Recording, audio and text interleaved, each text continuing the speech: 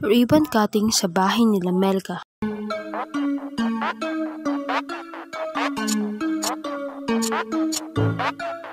Sukidesu. Isang mapagpalang araw para kay Melka at sa buong pamilya niya ang araw na iyon dahil sa wakas ay matitirhan na nila ang pinapangarap nilang bahay.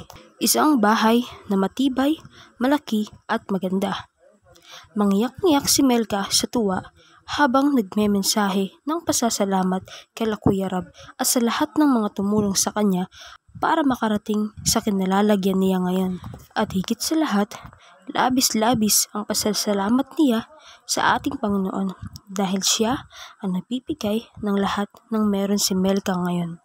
Dahil sa mga instrumentong ginamit niya, ay nagbago ang buhay ni Melka. Kaya naman, lubos-lubos ang pasasalamat ni Melka sa buong Team Kalingap.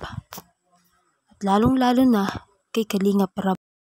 Hindi makapaniwala si Melka sa lahat ng natatamasa niya ngayon. Dahil parang dati lang ay sobrang hirap sila sa buhay. At karapat-dapat talaga silang matulungan nila Kuya Rab. Kaya naman, dahil sa ito ay plano ng ating Panginoon, gumamit siya ng mga taong naging instrumento para matulungan at maialis sa kahirapan sila Melka. Maraming salamat po sa panonood at pakikinig. Please do not forget to like, leave a comment, share, and subscribe po sa aking munting YouTube channel. Maraming salamat po. God bless us all.